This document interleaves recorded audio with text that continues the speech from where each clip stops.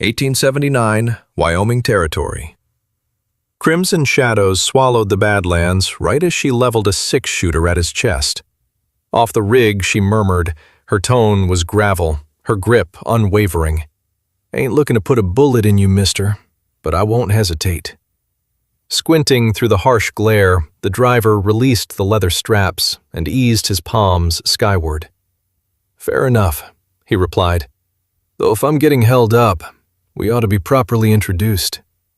A heavy scowl crossed her face. "Your identity means absolutely nothing to me." "It might," he countered, dropping from the bench with a chilling composure that sent shivers down her spine. "Elias Thorne." The Colt clicked ominously. "Step back," she demanded. He obliged, boot heels grinding into the wind-swept prairie. The harnessed roan mare kicked up dust, blowing air through flared nostrils.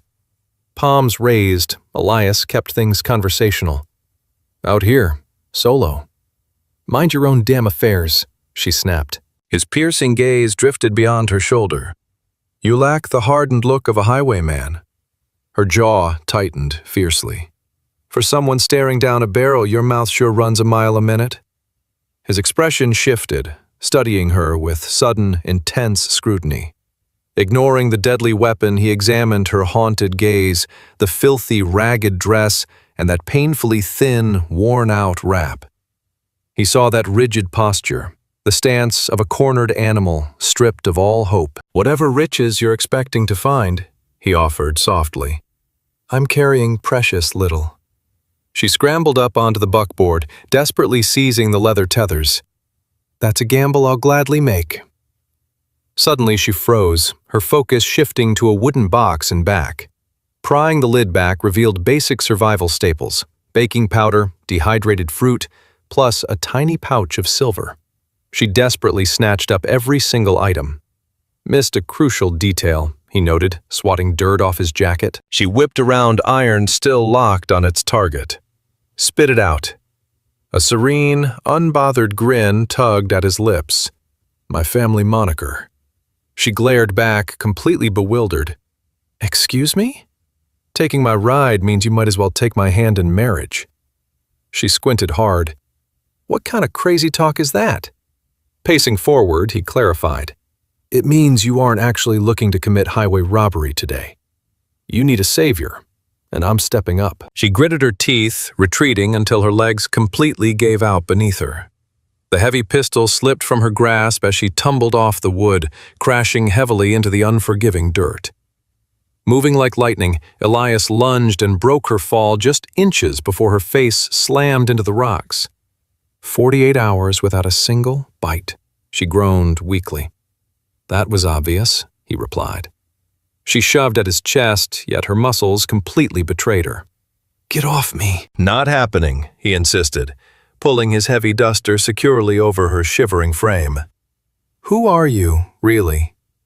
Pausing, she finally breathed, "Julietta James." He gave a slow nod.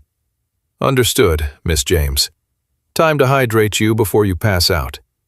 Easing her battered body onto the driver's seat, he grabbed the reins and steered the team eastward toward his secluded bivouac. Consciousness returned alongside the rich aroma of salted pork and simmering pintos. Embers popped wildly in the nearby fire pit, while her mysterious rescuer lazily stirred an iron kettle. Her attempted prize sat undisturbed just paces away, with the mare happily chewing on scrub brush. Groggy and disoriented, she propped herself up. "You're secure here," he murmured, eyes locked on the flames. She looked over herself. Swaddled in his thick jacket, she tossed the fabric aside and forced herself to stand. "Why skip the lawman?" she demanded. "Because a steel cage ain't where you belong. You need sanctuary." A bitter laugh escaped her lips. "You have zero clue who I am." "I see the entire picture. Starving, driven to the absolute edge, but definitely no murderer." A suffocating quiet fell over the prairie camp. "I've got 2 kids," she confessed faintly. "Stuck up in Laramie." Elias simply nodded, scraping the pot's bottom. "Ages." 7 and 5. Della and Drew. He finally met her gaze, his expression unyielding. Who has them right now? I trusted her with my flesh and blood. Julieta choked out, her voice fracturing. Returned to an empty shack. She bartered them like mules, claiming she was desperate for coin. Elias bridged the distance between them, pressing a battered tin ration into her grasp. We will hunt them down. She accepted the grub, trembling. But how? I got a rig, sturdy mounts and contacts stretching all the way to Cheyenne. Ride shotgun on my freight runs across the Badlands, and I will track your kin. Her eyes bored into his soul. Why risk your neck for a complete stranger? Redemption is a rare commodity. Plus, you pulled iron on me instead of pleading for scraps. Heavy silence lingered. Takes pure iron. She gulped down her fear. You are either a saint or completely out of your mind. A wry grin touched his lips. Could be both. Dawn broke, painting the heavens pale as they hit the trail. She rode shotgun on the buckboard, clutching a crude parchment he had sketched from pure recollection. Every frontier settlement was penned with meticulous precision. You truly know this terrain, she wondered. Born and raised, he grunted. What exactly are you smuggling? Standard provisions, hardware, and occasionally moonshine when the marshals turn a blind eye. She threw him a sideways glance. Certain you want a desperate woman guarding your flank? Would not trade it. A steady cadence settled over them as suns set and rose. Evening camps were pitched near streams or beneath towering timber. He respected her boundaries, withholding interrogations until she felt safe. He provided both distance and an unbreakable anchor. Scrubbing mess kits by the riverbank under moonlight, she felt his intense gaze lingering on her. Drying her palms, she spun around. What? A gentle smirk broke his stoic face. Nothing. Just pleased you are riding with me. Her pulse raced. Compassion from a drifter was foreign territory. Past encounters only brought exploitation and abandonment. Yet this drifter was different. He actually listened. He observed. He made her feel entirely visible. Hidden in her blankets that midnight, she tracked the steady rhythm of his slumber over the dying embers. Isolation finally loosened its grip on her soul. Come day 6, the dusty outpost of Mekal appeared. A local stable hand spilled a vital rumor about a pair of youths fitting that exact profile auctioned off to a cattle baron past the city limits a fortnight prior. White-knuckling the buckboard tremors wrecked her composure. Could it truly be my flesh and blood? His gaze softened instantly. Time to go dig up the truth. They spurred their mounts violently. The homestead hunkered in a basin, choked by swirling grit and barren brush. A lanky drifter emerged upon their arrival. Elias dismounted swiftly, palm hovering inches from his 6-shooter. Dropping from the rig, she approached. We are tracking 2 youths, she stated. Brunettes. A girl called Della, a boy named Drew. The cattleman scowled deeply. Purchased a set just like that. Silent types. Hard laborers. Elias closed the distance. I am offering twice your purchase price. The stranger squinted suspiciously. They belong to you. They share her blood. Elias growled. And you will surrender them immediately. The landowner sized them both up, noting how the gunslinger shielded her frame and how her fingers dug into his sleeve. Claim your prize, he spat bitterly. They were nothing but trouble regardless. Julieta sprinted toward the weathered barn. Rusty hinges groaned, revealing 2 terrified silhouettes huddled upon soiled straw. Della, she breathed out. The fragile child rose up. Mother. Julieta collapsed into the dirt, engulfing them in a tearful, desperate embrace. Elias hung back, observing as she faced him with tear-stained skin and clutching her young ones.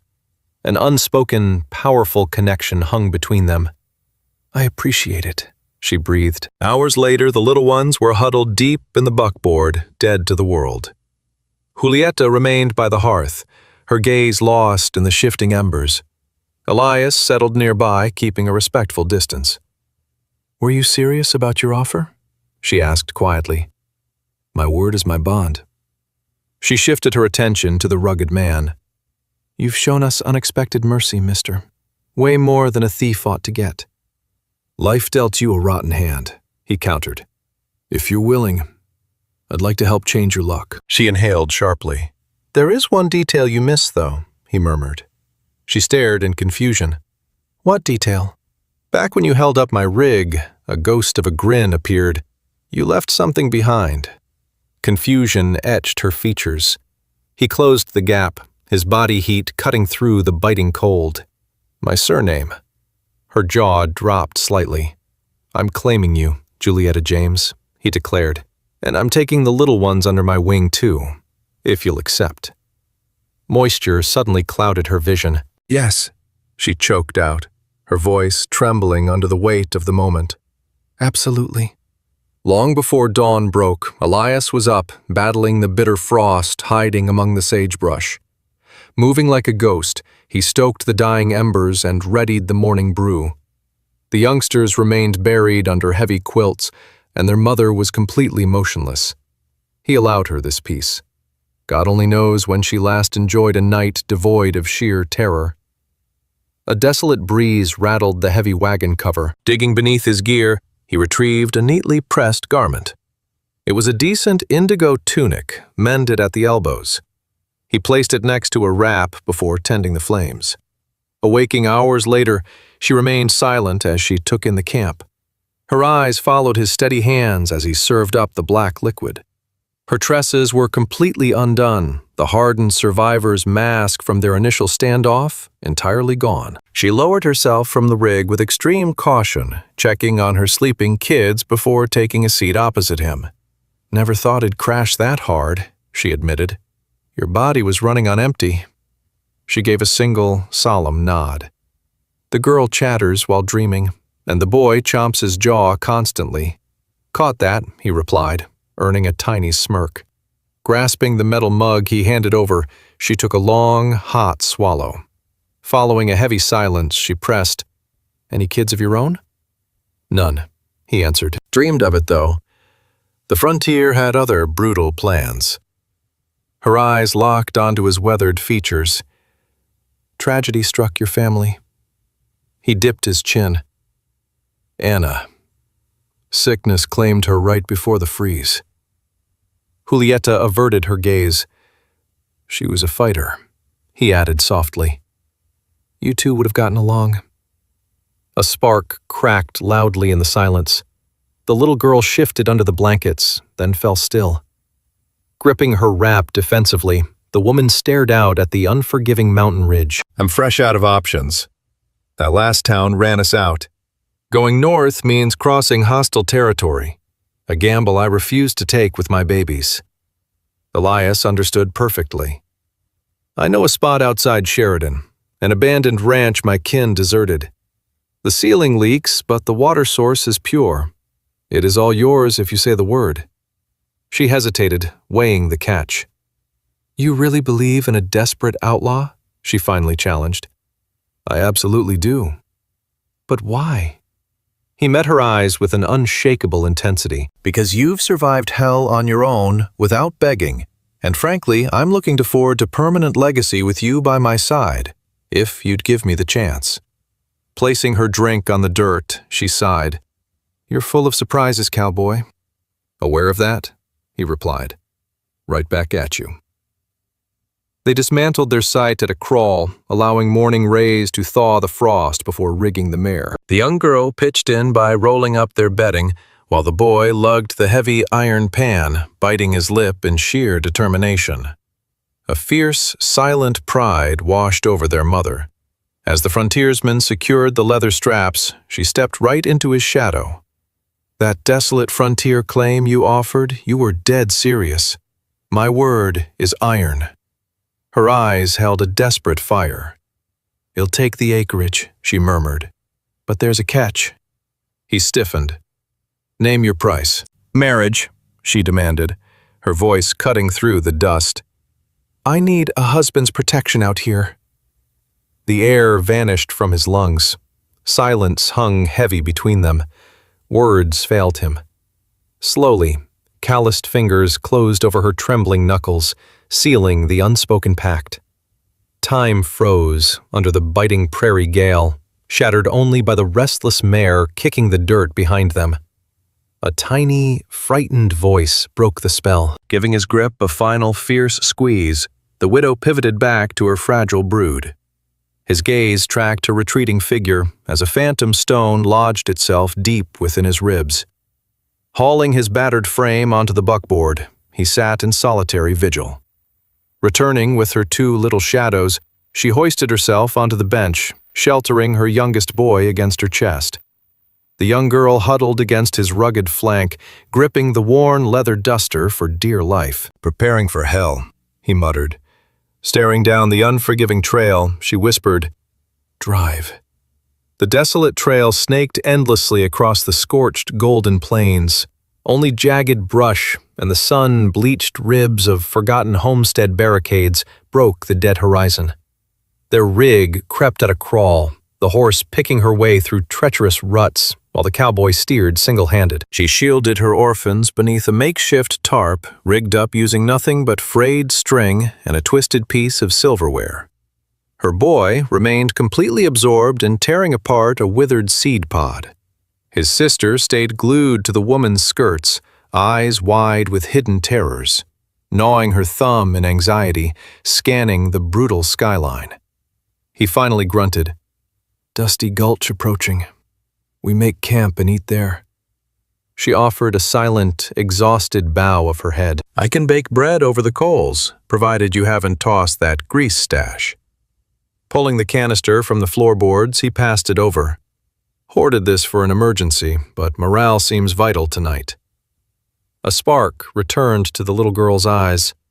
Her baking melts right on your tongue. The weary mother gently combed trembling fingers through her child's tangled locks. Assuming the wilderness decides to grant us a decent flame. Nightfall found them huddled beneath the gnarled desert timber, its dead veins gripping the edge of the barren ravine. Foraging for scrub brush, the survivalist sparked a hidden smokeless blaze, feeding it drops of amber sap. Crouched by the cast-iron pot, she flattened rations using an empty glass sour jug as a makeshift pin. Huddled on a wool scrap, the young ones gnawed relentlessly at tough, salt-cured meat the drifter had prepared. Collapsing near the shivering group, he extended his aching, saddle-weary limbs. Ever survived a trek into these southern badlands? A slow, negative shake was her only reply. I stopped at the northern settlements. Rumor says this territory drinks blood instead of rain. Only if you sow a fool's harvest. The white cash crop thrives in this furnace. Legumes survive too, but pump the groundwater reckless and you'll be drinking pure poison come late summer. Her gaze cut through the dark, spoken like a ghost who lost everything to the dirt. Guilty as charged, he rasped, rolling his shoulders to fight the pain. But dead men don't try a second time. Flipping the blistering dough over the coals, she finally sank back onto the hard earth. You mentioned the roof was rotting. What's the rest? Half the structure is caving in. Won't crush us tonight, but requires heavy timber supports. We've got an outbuilding, barely fighting gravity. Monsoons dragged the foundation into the mud last season. Good news is, there's a hidden aquifer close by. Some rusted plumbing buried deep inside the trench, probably choked thick with dead earth and scorpions. Brushing the flour onto her faded dress, she challenged him. You truly believe we survived this? Absolutely. You've survived worse demons. Rising quietly, the little girl wedged herself directly between the two outcasts, resting against his rugged hip. His hardened eyes flickered to the fragile weight against him, then shot up to meet the widow's intense stare. The moment we breach that property line, the real work begins, he swore into the darkness. I need your vision on this, though. Hammering timber ain't my trade. You understand what makes a real sanctuary. She hesitated, biting back her words. Her eventual reply was barely a whisper. "I just want a tight-fitting entryway. Draft-free. Plus an interior bolt the little ones can easily secure themselves." He gave a slow nod. "Consider it built." Hot rations tumbled onto a rag vapor, twisting off the dark, baked crusts. The boy cheered, snatching a tiny piece, while twilight bled long, harsh shadows across the canyon. He shifted closer, resting heavy, dirt-stained arms upon his weary legs. "Got an idea," he murmured. "After capping the rafters, we turn some earth for crops. Tuck it tight against our walls to keep those prairie wolves from getting brave." She mindlessly traced the battered metal edge of her supper dish. "Barricades are vital. They'll barter for iron down in town. A local blacksmith owes me blood." The girl glanced upward. "Could we keep some fowl?" A rare grin broke the woman's fatigue.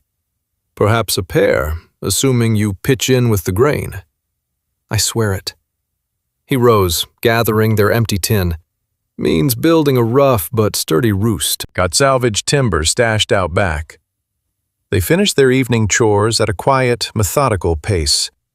Night claimed the frontier sky, leaving the exhausted boy dreaming against his sibling beneath heavy wool. She lingered, close to the dying flames, knees pulled tight. He dropped down opposite, massaging a raw, bleeding gash on his calloused hand.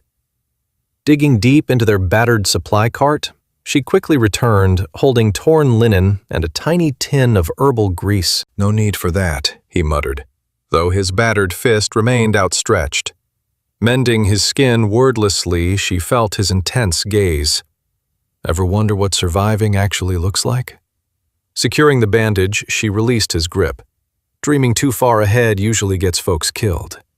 "I ponder it," he confessed. "Picturing you standing on our wooden deck, witnessing the dawn break. The girl running down our meager livestock. The boy carving earth like a real farmer. And myself bearing timber scars," he growled softly. "Choking on trail dirt, yet carrying the sort of raw exhaustion that builds a true legacy." Her gaze pierced the smoke, fiercely unblinking. "Guess we gotta fight to keep it alive then." Dying coals pulsed like a shared heartbeat. They both guarded the heavy, deeply intimate silence. Eventually surrendering to the tension, she bridged the gap, pressing her palm against his rough knuckles. Remaining mute, he simply flipped his wrist, tightly locking their dirt-stained grips together. Upon her initial glimpse of that forsaken, isolated shack, gales whipped grit like buckshot, while the dead atmosphere reeked of parched prairie brush. Timbers sagged wickedly, its lone entrance dangling dangerously loose. Yet she studied the ruin like holy ground. He dismounted the heavy rig ahead of them, extending a solid arm. The toddler anchored to her fabric, his anxious sister shadowing close behind. "Looks rough," he admitted, swatting soil off his coat. "But she stands firm against killer frontier storms." She advanced bravely, her wary brood trailing. Weathered decking groaned fiercely beneath their boots, refusing to snap. Shadows choked the solitary space, suffocating them with heavy odors of rotting pine and baked, stagnant air. An oxidized iron cooker loomed darkly while a flimsy mattress frame slumped near the desolate opposite boundary. Approaching the singular viewing port, she forcefully threw back the heavy warped timber blind. Blinding sunshine sliced the heavy darkness, illuminating thick, swirling clouds of ancient airborne dirt. The girl drifted toward a crude mantle, nervously ghosting her fingers over a fractured, abandoned cup. Squatting low, the youngster curiously investigated a marching line of scavenging insects hugging the rotten baseboards. "I'll take the buckboard till we clear some room," Elias muttered from the threshold. Julieta glanced back. "We require another bunk. The kids can share." "I'll craft it. There's timber out back." Nodding, she slipped into the harsh daylight. Silence swallowed the prairie, a golden sea of sagebrush stretching toward jagged, far-off ridges. High above, a solitary hawk rode the dead quiet. "What's our water depth?" Approaching the iron pump, Elias yanked the lever, It shrieked before coughing up a pathetic trickle. 50 feet, rock-lined. No rotting wood. It's sturdy. Kneeling, Julieta caught the meager drops. Ice cold. He observed her silently. You stare at this frontier like it whispers secrets to you. It usually does, she murmured softly, if a person pays close enough attention. By nightfall, they arranged heavy blankets by the fire pit for the young ones. Securing a tarp for modesty indoors, Elias dragged his own bedroll out to the rugged shed. Julieta settled right beside the youths, yet slumber completely evaded her anxious mind. The frontier noises felt fiercely foreign. Missing the familiar convoy clatter, she only heard hollow drafts and unseen creatures shifting in the dry brush. She woke before first light. Chilly earth greeted her unclad toes as the gloomy horizon finally started turning gray. Elias was up too, violently dragging a blade through lumber on makeshift trestles. Hugging herself against the frost, she approached, always breaking a sweat before the roosters. He kept cutting. Clears my mind. And what's occupying that mind right now? Figuring I require 2 more planks, so this bed survives the bitter frost. She cocked her head, looking out that distant into the future. Absolutely, he replied, dropping his tools. I abandoned looking ahead, she whispered. Not since my entire world turned to ash. Wiping grease on his denim, he stared back. Then, well, construct something truly unbreakable. She scrutinized his stance, the raw, quiet grit of a man offering loyalty without demanding pieces of her soul. She closed the distance. Mama always claimed you measure a fella by how he mends shattered things, she softly admitted. Staring at the sawdust, he muttered, Then I pray it earn her decent favor. I reckon she'd approve. Julieta replied firmly, grabbing the opposite side of the heavy timber. They labored all morning long. Della scavenged iron spikes from a bucket, while Drew fetched heavy cord to reinforce the sturdy frame. At noon, a rugged square bunk dominated the fireside, immediately tested by the jumping, laughing youngsters. Leaning heavily on the jam, Julieta observed their innocent joy. Elias quietly stepped beside her. Without muttering a syllable, he planted his palm above her, an intimate, looming shadow. I swore it never possessed stability in this savage life again, she breathed. Gave up dreaming about it entirely. I envision it constantly. He confessed in a low gravel. Us surviving here. The kids aging, time forging a sanctuary rather than a battlefield. Spinning toward him, she demanded, Are you truly putting roots down? Swore it, the second I introduced myself. She gasped slightly, refusing to break eye contact. Then I'll hold my ground. His knuckles dropped down, gently grazing hers. She remained perfectly still. Later that evening, they rested outdoors while the youth slumbered. Piercing constellations dominated the pitch-black sky above endless miles of completely silent, untamed prairie. Elias handed over a steaming mug of chicory brew, which she took in total silence. Never inquired earlier, he eventually murmured, What were your deepest hopes before the world burned? She let the silence stretch out. Just a sunlit stove and a door where debt collectors never come knocking. His gaze drifted toward the cabin's shadowed silhouette. You'll carve out that glass view myself. A ghost of a grin touched her lips. What about your ghosts? What keeps you going? Meeting her gaze with unexpected vulnerability, he murmured, A partner who won't scatter when the gales hit. Words weren't needed. She simply rested her weight against his arm, and side by side, they let the frontier darkness envelop them like a sealed oath. Drought plagued them for months, yet when the skies finally broke open, the downpour was a gentle salvation, drinking deep into the cracked, desperate soil.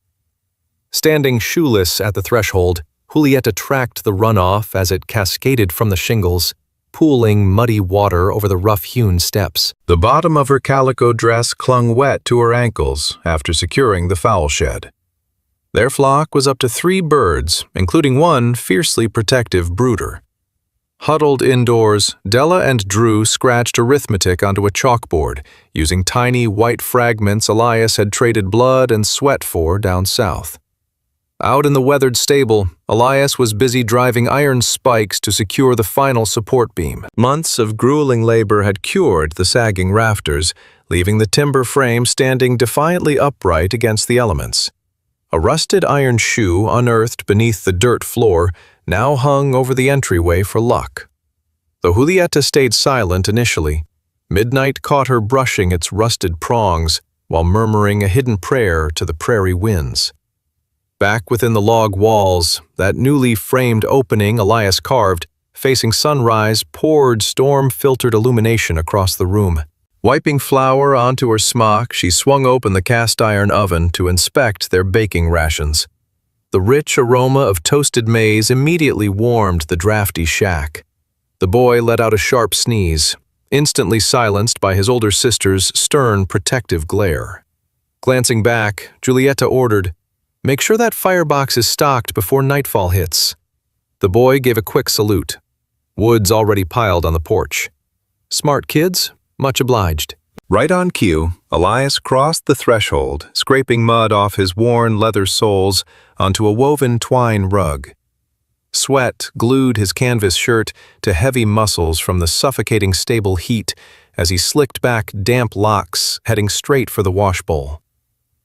"Timbers are sealed tight," he grunted, "bone dry in there." She tossed a rough cloth his way. "Sturdy craftsmanship. You saved us." Shooting a cautious look toward the youngsters, he dropped his tone to a gravelly whisper. "Did the rider come through?" Giving a slight affirmative nod, she retrieved a creased document from the mantel. Magistrate stamped it. "The kids are officially ours." He froze mid-wipe. He absorbed the gravity of that single piece of paper. Deliberately laying the rag down, he muttered, "So I'm truly their father now." She swallowed hard, eyes shining. "You've been their protector since day one. Now the law simply agrees." Come dawn, the pair mounted up to scout their perimeter line. He had already driven a boundary out beyond their meager vegetable patch, leading straight into a dense thicket of twisted prairie timber. The orphans were safely tucked away at Widow Ruth's homestead, an older settler who fiercely guarded the girl like her own flesh and blood. Tossing her the thick leather reins, Elias gestured to the pack beasts strapped to their heavy tilling rig. "Sure you have the grit for this today?" Her gaze turned lethal. "Doubting my stamina, Cowboy." "Hell, you'll outwork me any day." Slapping the lines, she drove the beast onward, slicing a flawless trench through the saturated plains. Keeping pace right at her flank, he wrestled the iron gauge to hold the proper depth while she steered a perfect furrow. The punishing midday sun beat down relentlessly until salt and exhaustion stained their heavy cotton shirts. Yet dusk saw their essential crops fully seeded. Enjoying their evening stew, they sprawled on the porch to embrace the cooling zephyr. The young girl proudly showed off a primitive trinket woven from shattered prairie seeds. Little Drew toyed endlessly with the cedar whistle Elias had whittled him. Julieta slumped against his shoulder, while twilight cicadas began their evening chorus. "Planting roots. Never crossed my mind before now," she murmured. "The running stops here. And it ain't merely about this dirt. It's what we forged." He planted a deliberate kiss on her temple. What we're forging. Hours later, with the kids dreaming and the oil lamp burning to embers, Julieta stared out into the unforgiving pitch-black wilderness. Elias approached silently, pulling her back tight against his chest. "Tomatoes go in the ground next," he rumbled softly. She melted into his grip. "Cucumbers too, plus a smokehouse before autumn hits." "Consider it done." He spun her around, gently gripping her waist. "Feels like we bled for this existence," he whispered. "We absolutely did," she replied. "Every scar, every damned mile." His lips met hers with heavy, deliberate purpose. An unspoken oath sealed in the shadows, profound and unbreakable. She held his fierce gaze after parting. "You absolutely certain?" He already knew the answer. She gave a firm nod. Vows were traded beneath the towering spring cottonwood. Ruth watched closely while the kids clutched woven baskets bursting with prairie blossoms. A grizzled circuit rider rode out from Cheyenne, covered in trail grit with a crooked collar, yet his sermons hit like iron. Elias stood tall in a freshly washed shirt, its missing fasteners carefully replaced by his bride. She wore a sun-bleached blue gown, its bottom seam lowered for the occasion. Before the parson could even finish asking for her hand, Julieta gave her fierce vow. Elias never flinched. Della beamed, while little Drew stood frozen, forgetting to toss his petals. Afterwards, Ruth's kin struck up a fiddle tune, while the youngsters hunted lightning bugs nearby. The frontier horizon swallowed the afternoon sun, revealing a canopy of stars. A thick hemp rope soon swung from the ancient timber. Della shoved her brother high, while Elias and Julieta shared the porch stairs, hands tightly interwoven. Their rough-hewn cabin loomed like a fortress behind them, spilling amber light into the dusk. Spring surrendered to a blistering summer, yet their harvest survived. The livestock thrived, and the young ones sprouted like frontier weeds. Elias reinforced the rotting barn beams, while Julieta launched a thriving local trade, bartering canned fruit. Drifters passed through, but their homestead stood resolute. Once the evening lamps were killed, they settled in, her steady breaths ghosting across his scarred collarbone. His calloused palm anchored firmly to her hip. The relentless fleeing was over. Just the pulse of true survival and a hard-won sanctuary forged day by grueling day. Yet in the quiet nights, Elias often reflected on the American spirit that bound them, the same grit that turned broken land into legacy and strangers into family, forever etched in the Wyoming wind.